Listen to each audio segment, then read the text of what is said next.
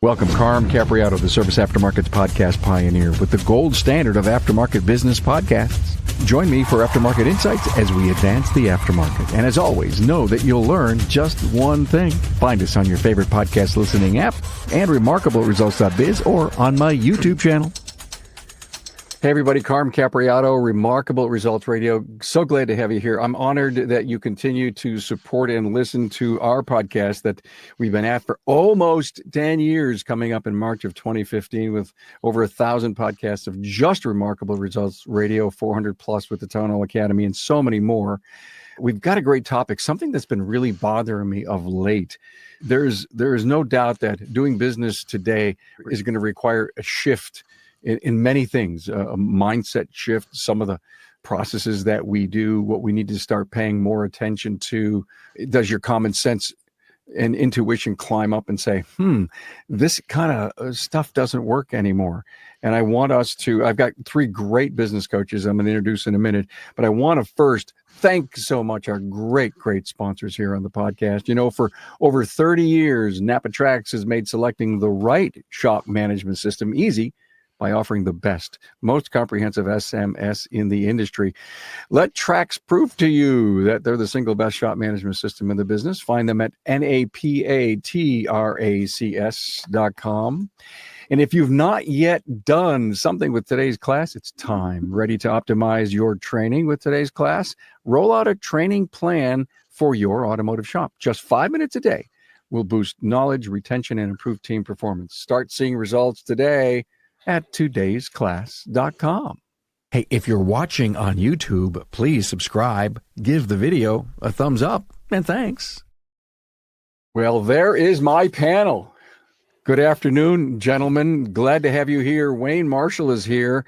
All of this entire group are coaches with the Institute for Automotive Business Excellence on the web at wearetheinstitute.com. Wayne Marshall. Hello, Wayne.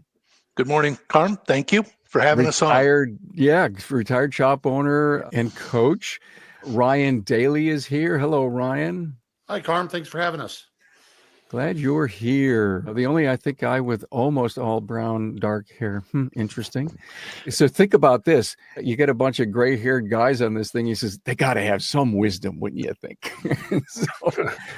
We earned every one of these gray hairs. That's right, Fred. And Fred Hules II is also with us. Thank you, Fred, for being here. Look, as I was stating earlier, I'm really concerned that the business that we've had and how business has operated in the last 4 years may just be impossible. Same strategies going forward. I read this article from Auto Shop Solutions. Google's trends on auto repair near me had a significant drop in searches nationwide. Not uncommon, but it's the lowest in almost 5 years, and it was between December 1st and 7th, 2024. So I am not sure why that happened. I don't think anyone is, but it's something not to ignore, put in the back of your head somewhere. So I'm thinking about costs aren't coming down, dealership competition, how to become more efficient yet keep our client experience at its heights, labor challenges we know all about, 4-day work weeks, we know all about recruitment, we know all about retention, we all know the value of empowering culture inside of our place. And then think about the technology, EVs, ADAS, augmented reality, virtual reality, that's going to be kind of an interesting frontier for us. The technology inside of tools, CRM, SMSs, all these cool acronyms that mean so much to us.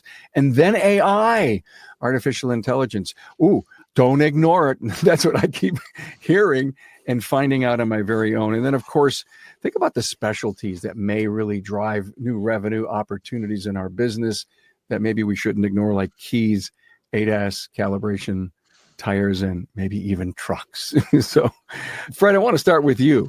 Basically, this stuff isn't rocket science, is it? No, it isn't, Carm. One thing that I've come to learn in all the years I've been in this business is that we go through cycles, right? There's ups and downs, right? And I think we just experienced a tremendous upturn, where because of COVID and the money that was around and everything, things became very, very easy for us.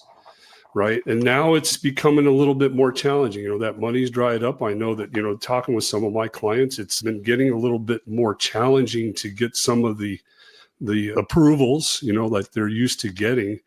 And so it's just going to take us a little bit more effort and really focus on really what's important. I think it's really good. It isn't rocket science. It's all about taking good care of the customer and providing a value. And I think that sometimes gets lost. And too many times that I'm finding with some of my clients, especially the service writers that work for them, is that they assume too much, right? They assume that the client knows why they should have something done on their vehicle, and that there's not enough time spent in educating and telling them, this is the whys and what for. So it goes back to taking good care of that customer. More important than ever. I just love what Fred just said. And I've been thinking a lot lately about the language that we use. Everyone knows I wrote this incredible declaration on a language shift. And in order to make that work in our businesses, we have to slow down and remember that we're going to pick different wording and improve our language and the professionalism of our industry. And you just said a mouthful about our service advisors. Again, maybe one of the best coaching opportunities we can have in the next 30 days with our people is to slow down. You're speaking too fast. You're making too many assumptions. Your brain is here and their brain's back here. That's a great point you brought up. I just was going to add to what Fred said, and I agree 110%. We've got to turn in to be better listeners because, again, just as you said, the customer doesn't know. Ask good questions, but then listen. Don't try to answer it for them. Don't rush them.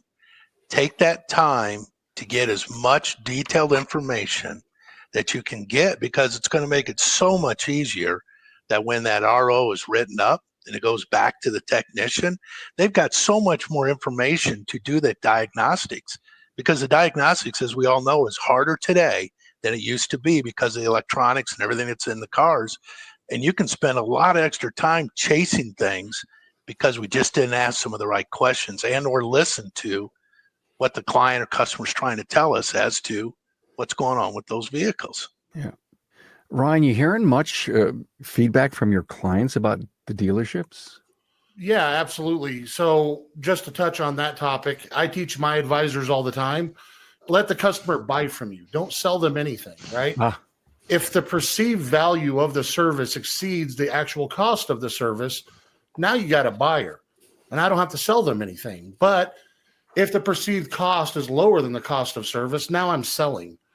And it's so hard to sell today. It's virtually impossible. In an era where we can YouTube and Google, we got a lot of YouTube master techs out there that love to tinker on their stuff themselves. And that's great. But we've got to allow our customers to buy from us. And I think that's the significant difference between what we used to do and what we're trying to do today. It's a big shift that we're teaching service writers and advisors, managers. It's a big part of what we need to do. I don't care what we want done. Plumbing, carpentry, HVAC. We go to YouTube. We think we know, we found the solution. We call the expert. They don't give us that same thing we think we know. And so we don't buy, we don't get it. We think it's too much. Oh, it's easy. You could do this yourself. Just put your finger here. Right? Well, it's all about value terms, right, Carm? Like, yeah. We don't use the word diag has been just run through the mud with all these, parts stores that you can go to and get a free diagnosis. We all teach our clients at the Institute to use words like, I prefer to tell them we're going to do a root cause analysis, because that's actually what we're doing. We're not diagnosing, we're doing a root cause analysis. We don't scan anything, we onboard an interface. And those are value terms that actually bring value to our sales proposition. Well, I have spoken to so many shop owners, to your exact point, Ryan, and this has everything to do with the correction that we need to have inside of our business in the language that we use. Research or testing instead of diag. Because people, to your point about a root cause analysis, I love that. It's a little scientific, get it. But to say, listen, we've really got to get in there. I'm going to take my technology specialist and we are going to research everything we have on your computer, on your system, on your network, or we're going to perform at least a dozen tests, probably, in order for us to get to the root cause. I think it is so critical today. And I love what you said. They want to buy from you, don't sell them. That's powerful. It's the basis of what it is that we do here at the Institute. This is how you maintain customer retention. This is how we fixate on customer attrition rate. And, we expect below a 5% customer attrition rate. That's what we expect. And we can only gain that through trust. The customer has to trust that. We say it all the time. The green sells the red, right? Fred taught me that. Fred taught me green sells the red. So when I'm doing my DVI, I'm not just sending out pictures of brake pads at 2 millimeters. I'm not sending out just the red. I'm also sending out the cabin filter and saying, hey, look, this is great. You don't need to replace it. The air filter's fine. No need to replace it. And I think that's super important in gaining a customer's trust and allowing them to buy from you. Yeah, it's almost like we need to see a lot more okays so that we can say yes. Yep. Well, you have to, the customer's got to know that what they're investing in makes sense, right? So, do I have a good horse to invest in here, right? So, one thing that Ryan was talking about, the attrition rate, and, we teach that, what we look for is a 5% or less attrition rate, and that's something we focus on. I was talking to a client just the other day that, his attrition rate seems to be increasing, and I was asking him, why do you think that is? And Carm, you mentioned a bit ago about the dealerships and whatnot. And he says, well, we know that a few of our customers are starting to buy new cars. Okay.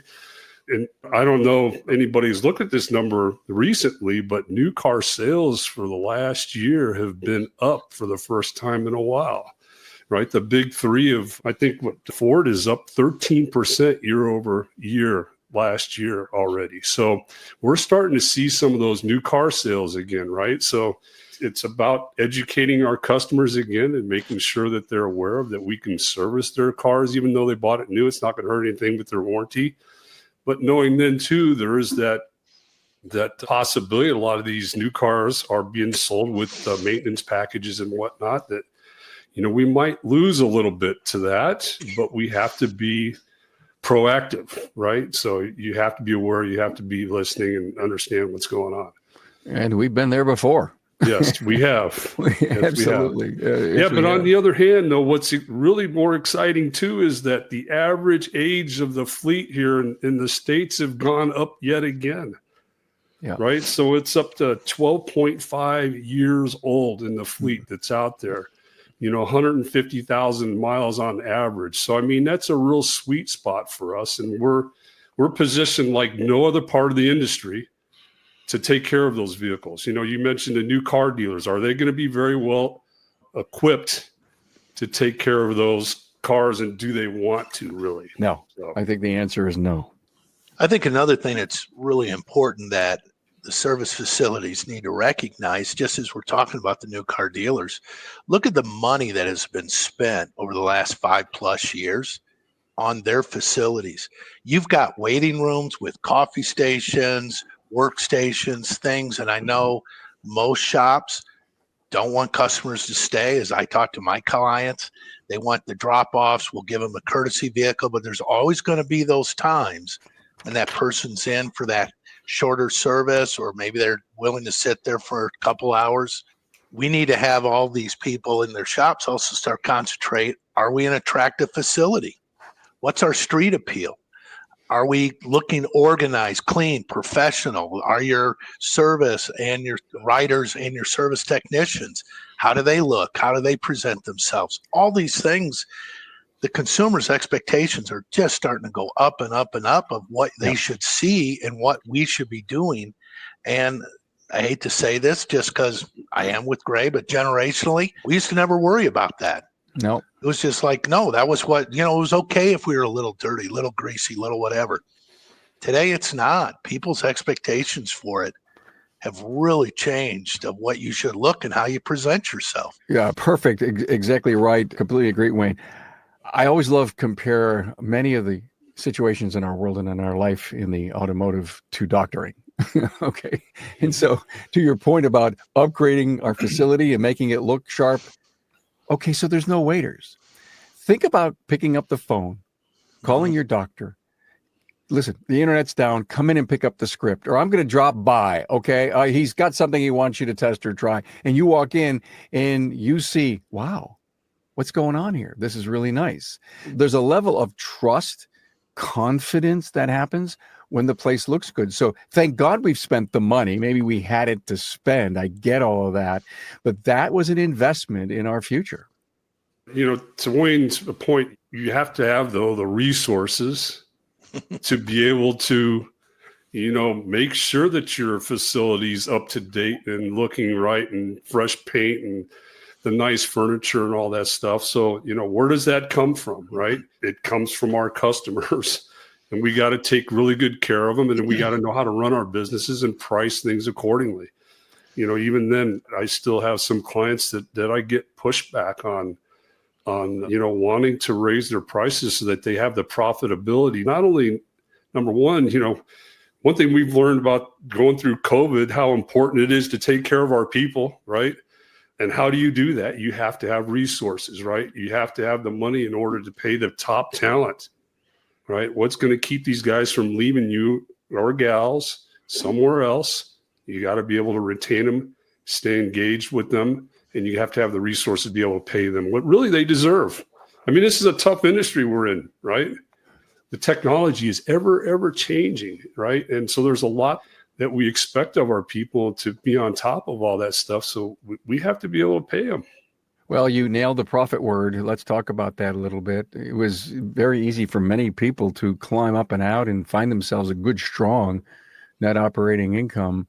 But now with this shift, listen, let's just stop and think about the number of very large corporations who've decided to cut a very big swath of their middle management out. Gone, done.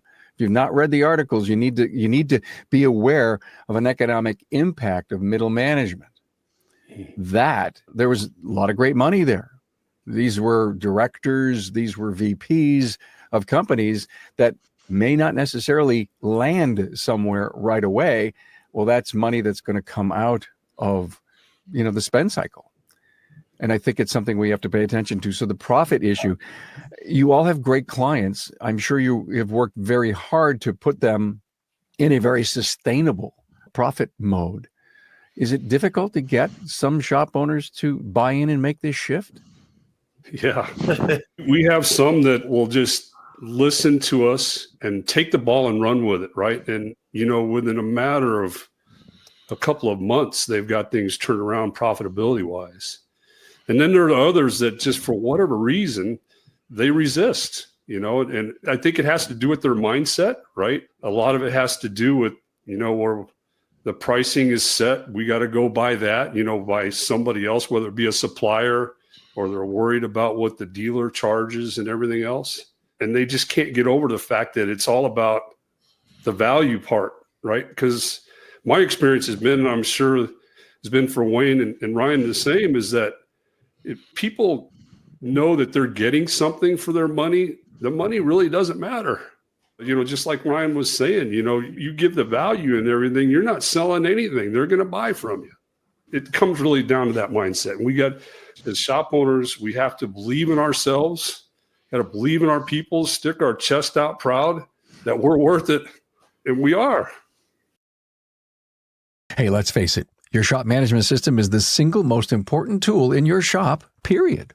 Napa Trax has made selecting the right shop management system easy by offering the industry's best, most comprehensive SMS. Now, it all starts when a local representative meets with you to learn about your business and how you need to run it. After all, it's your shop, so it's your choice, and having local representation is a huge plus. Customizing Trax to your business, whether you're a one-person shop or a large multi-bay or multi-location company, a representative consults with you to help optimize your shop's workflow, efficiency, and profitability. Trax always has the flexibility to do business how you need to do it, which means it can also grow as your business grows. And unlike the other guys, will be there for you after installation with the best training and support in the business. Yes, a learning management system tailored to each role in your company.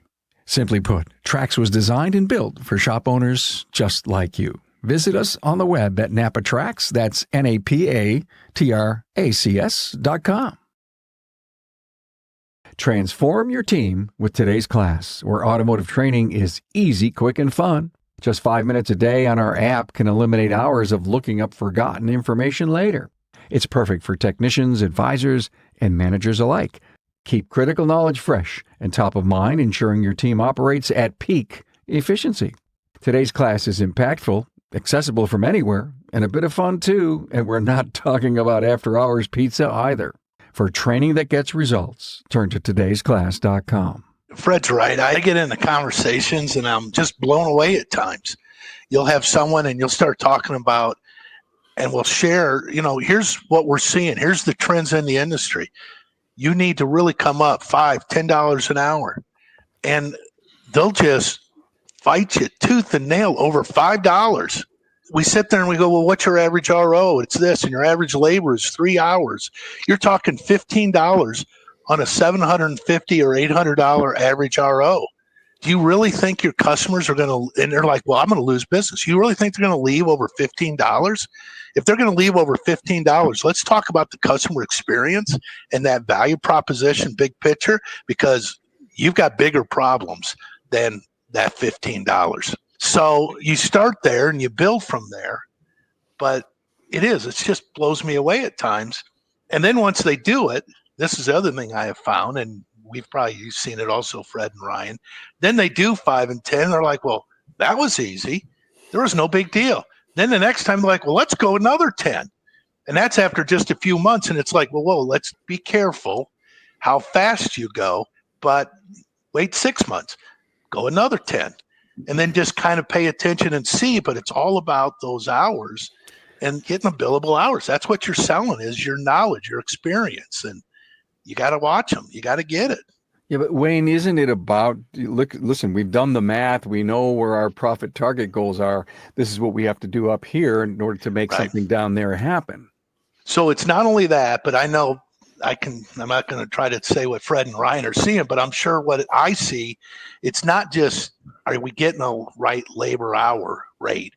It's about, are we charging enough labor? Because I'm seeing, and I'm sure we're all seeing at times, they're not doing a good inspection. They're not doing a good estimate. They didn't get the job and they didn't bill for that extra 30 minutes to an hour they should have. So they got labor leakage. So you're not being efficient with the hours you have every week with your tech to maximize. Even if you get the right hourly rate, are we getting all the right billable time into the estimate and charging the client customer what they should be charged for all the work you're doing? You're right. It's a combination of things. It's not just raise your rate, but make sure you're getting everything else done correctly and properly. Ryan, I've got to jump to you on this because your expertise at the Institute is the service advisor segment. And I know that's what you're extremely passionate about. And if we think about a great correction, one of the things that I have felt for the last 6 months is the critical importance of continuous training of our front counter and how impactful, to a degree, don't sell them, let them buy from you. That is a great concept that you spoke earlier. Let's dive into the power of our counters going forward. Sure. It's that old adage, right? A bird in the hand is worth two in the bush. And if my technicians aren't doing a proper inspection on the vehicle that we have in the shop on a lift, and they're not doing a good inspection on that, that's our opportunity to allow a customer to buy from us. If we don't know what the customer needs, we can't formally educate the customer on whatever their needs are. It's just impossible. And training advisors, we got to remember, you only get one chance to make a first impression.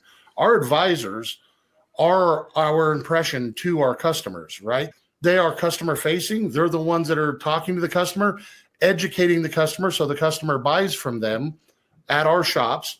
If our advisors are ill-trained, I have a shop and they're bringing on another advisor here very soon. And their first thing was, okay, well, what we'll do, they have a phenomenal advisor right now, and they're bringing on a second because they're just so busy. And it's a diesel shop. And their whole thought process was, we're going to bring in this junior advisor. We're going to let them answer the phone. I said, no. Don't let them answer the phone. That's where we always want to start. We always think that we take a junior advisor and put them on the phone. I take a junior advisor and I let them do the clerical work so they understand work order flow, so they understand how a proper RO is written. And the phone is one of our best tools. I don't want somebody that is not formally trained yet to be fielding the phone calls from potential customers that are coming in. And to Wayne's point, I think it's okay that we can say that not every customer is our customer as well. I have a whole price shopper flow chart that I go through with my advisors to teach them how do we deal with those price shoppers. And I tell them all the time, what is your average technician worth? How many technicians do you have? Well, I have 3. Okay, and what are we paying those guys an hour? $50? So that's $150 an hour for them, and you're the one feeding that machine. So your time is just as valuable, if not more valuable, than the technician as an advisor. And I don't think that we look at it that way sometimes. We constantly send technicians out for training, and we don't think about the advisors. So let me stop you for a moment and ask a couple of things. I love your philosophy. Let's not put them up and on the counter to answer the phones, but we need to have some training, probably get them hooked up with Ryan.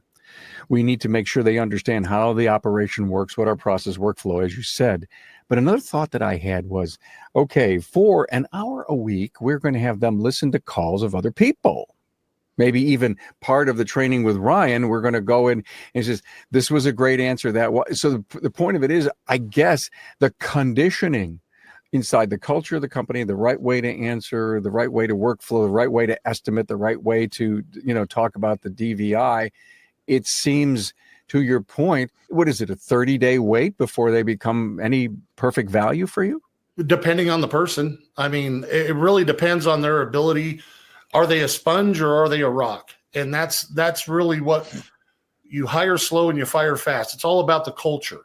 And if we have the right person in the right seat, and that person is a sponge, I have advisors that I coach that have been advisors for over 10 years. And they still need the coaching. I listen to hundreds of phone calls a week with my clients, and we go through and we don't Monday morning quarterback it. We just talk about a standardization of the way that we answer the phone. Are we building that value? Are we are we educating our customer? Don't just send the DVI and sit on it. Send the DVI and then give them a call so you can explain it. And, honestly, the advent of the DVI, a picture is worth $1,000. That's what we tell our clients. I have shops that minimum of 20, 25 pictures. I don't care if they're all green, right? But at the end of the day, don't just send the DVI and then sit on it. The client needs to know that you care to the point where you're looking at everything. And thank God we have found this vehicle is in such great condition. You should be very happy and proud. And, the cost per mile is going to continue to be solid. What about a role reverse in an idea where you have an individual listening to the call with you and say, is if you were a customer, how do you think you did? Yep, we do that all the time. Well, we have several different softwares that we use to listen to phone calls. Every shop has their own. Sure. If you don't have a call recording software as a shop, I don't know what you're doing. You got to know what's being said when you're not there, and it's super important. Yeah, we got a great sponsor in our network, Inbound, and I know there's a million of them else out there. Wayne, Fred, want to chime in on that service advisor section at all? I think one thing that I picked up that you said, especially with the DVI and sending them out, Ryan said this, you got to call the people. One thing that I think we ought to caution ourselves with, I mean, we've got technology all around us, right? And we've got these fantastic tools at our disposal. Online scheduling, the DVIs, all this stuff around here to make our lives easier. But what I want people to really understand, as I said earlier about the rocket science thing, we still need to build relationships. We still need to reach out and touch our customers. As Ryan says, call them up after you send the DVI. Talk to them about it, right? Make sure they understand what they're seeing, educate them. right? So I think that's a part of the whole value part of it that a lot of people are missing this day and age. It's really important. Stay engaged with your customer.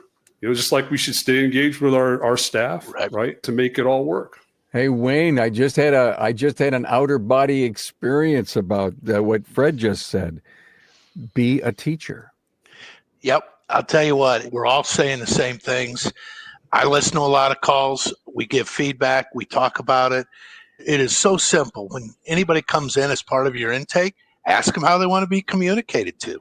Some people might be in a job that they can't take that phone call, but they'll easily take a text or an email through their smart, device that they have with them. Just ask them, because me personally, I'd rather have someone just call me and talk to me than send me a text or send me an email. The other thing of it is obviously there's always, after you've had all these conversations and we've set this wonderful bar of expectation, one of the things I tell people, and I just call it the 2x2x2 rule, after the customer leaves, what are you doing? Are you following up 2 days afterwards? Are you okay? Was everything done well? It could be, and if you've qualified how they want to be communicated with, it could be a simple text. Did our service meet your expectations? Or follow up in 2 weeks. Is everything looking really good? But if you haven't had any touch, you need to talk to them in 2 months. Who else could use our services? I mean, everybody likes to say, hey, let me tell you about the guy I have. I got this guy that works on my car, and he's awesome. Everybody loves to be that person, to say they got a guy or got a person. Encourage them.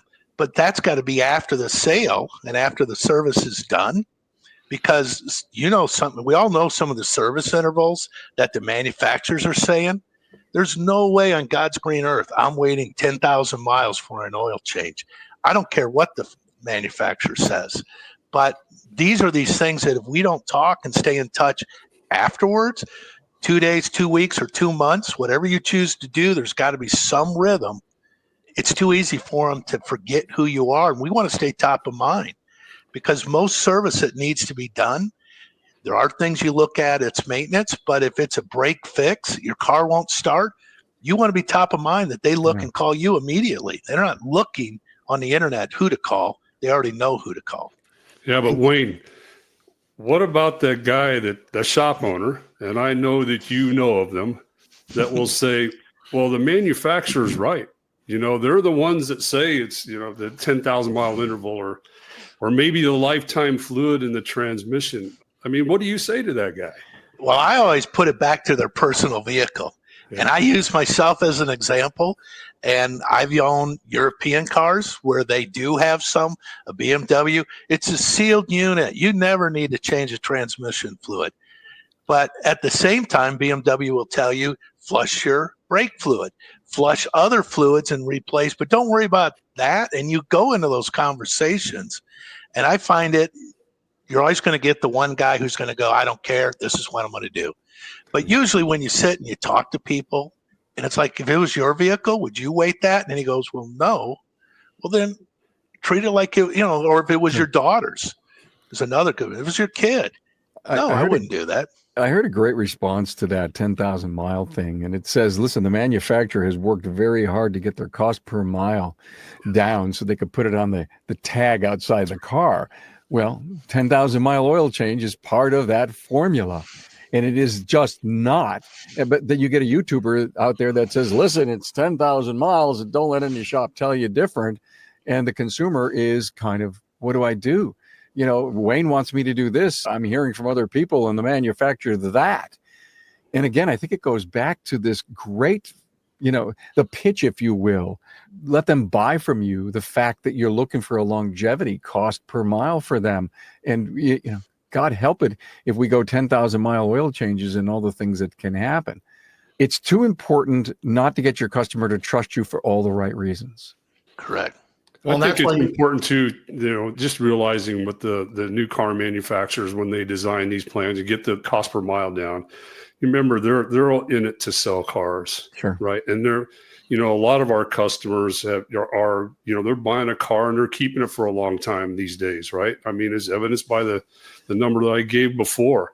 But the manufacturer's motivation is not necessarily the same thing. So we got to recognize that, right? So that's a part of explaining and teaching our customers that. We always want to pre-schedule too. When the customer comes and picks up their vehicle, we've held up our end of the bargain. We've under-promised and over-delivered. We've done everything right, and the customer's happy. And Mr. Customer, you have 98,000 miles on your car right now. Manufacturer says you need 100,000 mile service based on your driving habits. I'm going to schedule you for March 14th. If you get close to that 100,000 miles before then, give me a call. I'll move the schedule around and get you in because it's a very important service. And that's how we keep retention. That's how we keep the attrition rate down. We keep our customers coming to us. And, we should be advocates for the vehicle, not advocates for the person. I think we get it misconstrued there. Customer service, good customer service, isn't sugarcoating the truth to somebody. Good customer service is educating them and being an advocate for their vehicle. We can speak Tekanese as advisors, right? We're bilingual. We're fluent in customer and Tekanese. We need to use that, and we need to absolutely pre-schedule your customers to come back and see you. Whether it's for an oil change or 100,000 mile, 120,000 mile service, whatever it might be, we need to be an advocate for that vehicle and keep them on the road reliably and safe. Okay, we have had an incredible conversation so far, and I have only another 9 thoughts floating in my head. And, because we're here talking about, we're in this great correction. What are we going to do about it? Advice from the experts.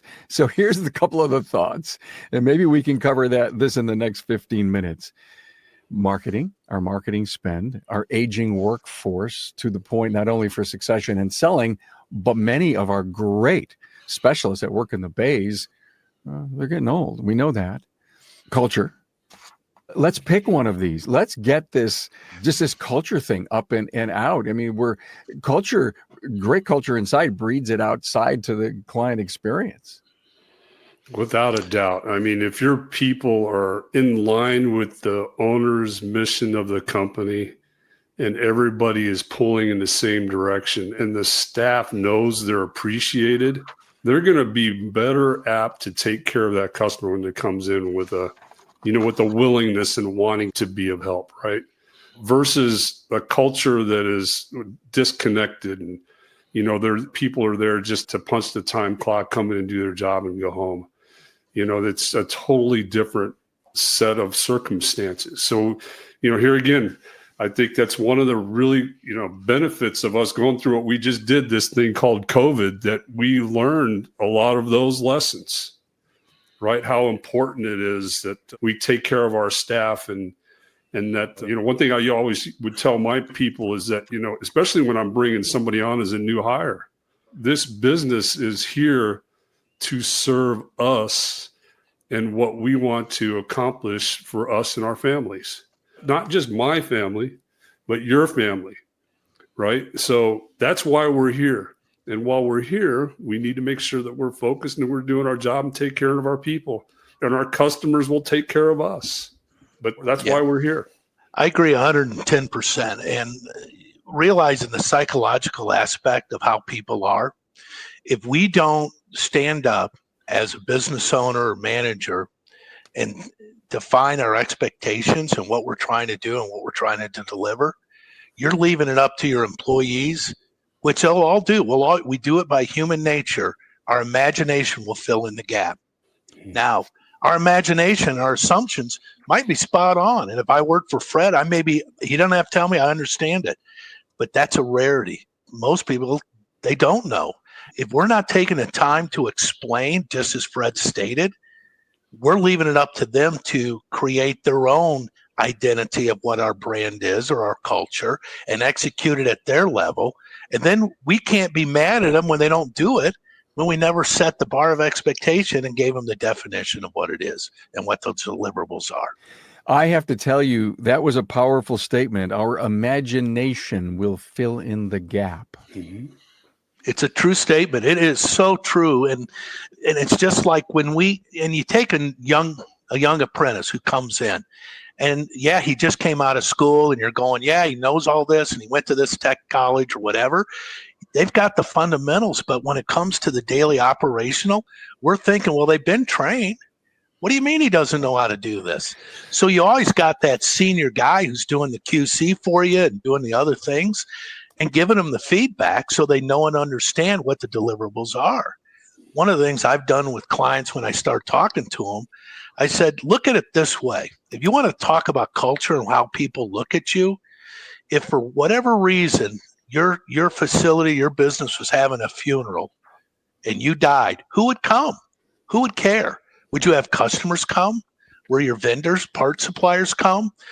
Will your employees come? Or will all those people just say, oh, it's too bad, and all they did was go out, find another place to get their car fixed, find another place to sell their parts, or find another place to work? When you can develop that where they start feeling the impact, because as Fred said, we're stakeholders in this as a team. It's not just me. We're all stakeholders. Everybody's important.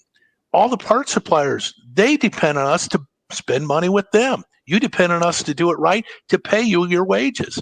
So it's kind of a harsh and maybe a dark way to look at it, talk about a funeral, but that's when you know when people love you, care for you, and they are sad to see you gone. Now you know you've created that culture. You've really done something. Let that sink in. Yeah, got a little, maybe got a little Right. too deep. That is a great point, and I loved your point about bringing on someone in, someone new, and expecting. Oh, it was one of these.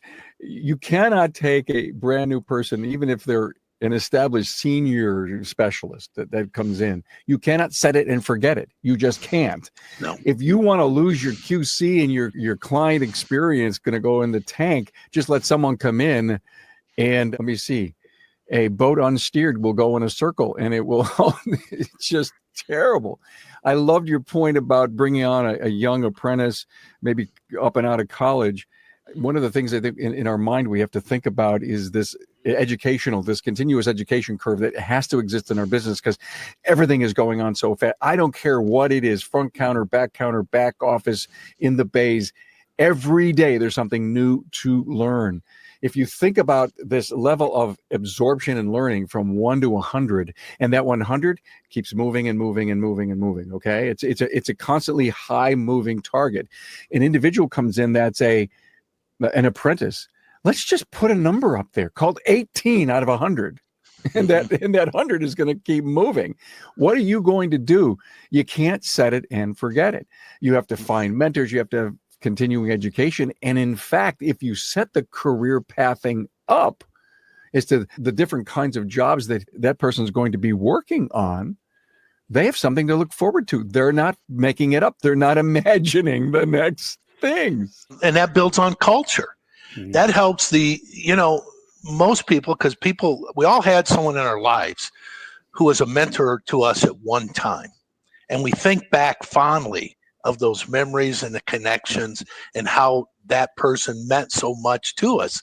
And it's not going to be for everybody in a shop, but chances are when someone has an opportunity to share and teach, it makes them feel good. Yep. It's fulfilling for them just as much as it is to work with that young person, which creates connection, which creates them feeling their belongingness, which helps everybody now not want to go find another job. You'll help in retaining, because just as Fred said, you're explaining them that it's all symbiotic, man. It all works together, and understanding that role is just as important as anything else that has to happen. Well, and investing in your staff, right? I mean, that's yes. A huge part of culture.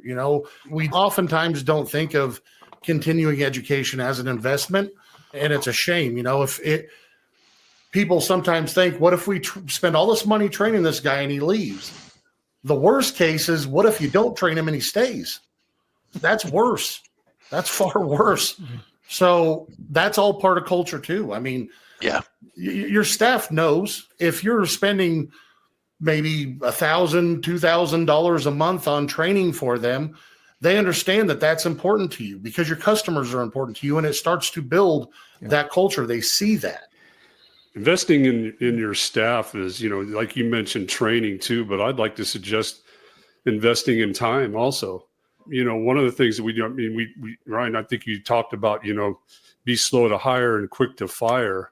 When you really take the time to hire the right person on the team, and then they're there, right? They're on. What is your onboarding process, right? Are we setting them up for success in our company? Do we have a process and a procedure that lays out what's going to happen day by day, for the first couple of weeks, to make sure they understand where everything is, the parts, the hazmat material book, all the stuff in our shops. We don't want to leave anything to question, right? As Wayne said, then their imagination is going to go the way it's going to go, right? So I think that's a really big part of it too, right? Are we investing time in our people to set them up for success? Yeah. And that's going to set up the right culture in our company. I am in love with that particular takeaway, Wayne. A 30-day onboarding process, and each and every day over the next 30 days, there is something going on inside your training process. And I'll bet you any shop owner can sit down and write 30 bullet points, or just call it 4 weeks at 5 days, 20. Pick it. 4 weeks of training, 20. If you're a top tier shop, that's no problem to fill in those 20 days. Not at all, because the critical importance of no matter what job that person has, the counter needs to know what's going on in the back. The back needs to know what's going on in the front. The office, they need to know what's going on in the office. How do I do payroll? How do I sign up? How do I do this? How do I get PTO? All of this stuff is so critical in an orientation, 30-day onboarding or orientation. Wow. I don't know if we have even covered part and parcel, 25% of the thoughts that I had about we're in a great correction. What are we going to do about it? And how are we going to move forward? I think we have to do a part 2, because there's so much more to discuss. And all of your great experiences thank you for bringing them to us. One thing that I find really fascinating that we're seeing in the industry, and we're seeing in businesses, small businesses across the country, it's that transfer of wealth. I mean, the government started talking about the baby boomers and the aging and the things that were coming. This started talking about 5 years ago plus. We're in the heart of it today. And what is very encouraging for me at this industry, I know some of the clients I'm now working with, I've got some 20-year-olds who have decided to buy or start their own shop. And the enthusiasm and the way they're approaching it is refreshing. Mm-hmm. So why there's still concern, and we talk about the labor, the techs who are out there, the problem we're getting to get young people in the industry, I'm encouraged because I'm seeing some people, and it's exciting to listen to them. I don't know about Fred or Ryan and some of your bases but I am genuinely excited the next time I get to talk to them as they're building and as they're getting excited and they're starting to make money, and it's making a difference for their family and for their future. So if we can continue to work on that as an industry and we as coaches, I think we're going to be fine in time. There's this day coming where there's going to be a continued transformation of who owns it, who runs them, compared to those with the gray hair, as some of us on this call, to those that are not. But I'm excited that we're here to help. I'm excited that we get to do some things with some of those, all on the selling side, or the buying side, and even that developing the young people. There's some really cool people out there starting their businesses. I'm kind of moved by what you just said, and something I very strongly believed in. Outsiders from the industry that have some money they want to come in and invest, I know a ton of them. They're doing so damn well because they approached it not from I love to fix cars, but I love to make money. Okay. And some of the young people, so the outsiders and the young people are really doing, in my opinion, well. And then the established strugglers are closed to new ideas and support and all these great things that we've talked about here on this episode. So maybe you're listening and you're one of those closed-minded, stubborn people that have said, this is how I do it. I can't work for anyone else but me, and this is what I'm going to be stuck in. And then that day comes that says, I need to get out. Mama is driving me nuts. My significant other is saying, you got to retire, slow down. We've got to buy an RV. We got to travel. We got to go see the grandkids. You've heard all those stories before, right? And then they stop to think that they need 5 years to fix the problem that they have built. That doesn't mean they have anything to sell. My passion in doing what I do to advance the automotive service repair business and to motivate some of that mid-range struggle to new heights by saying, damn it, Wayne was right. Wow, Ryan has hit me up top. Fred made so much sense. I got to do this. And that's all we hope for each and every episode.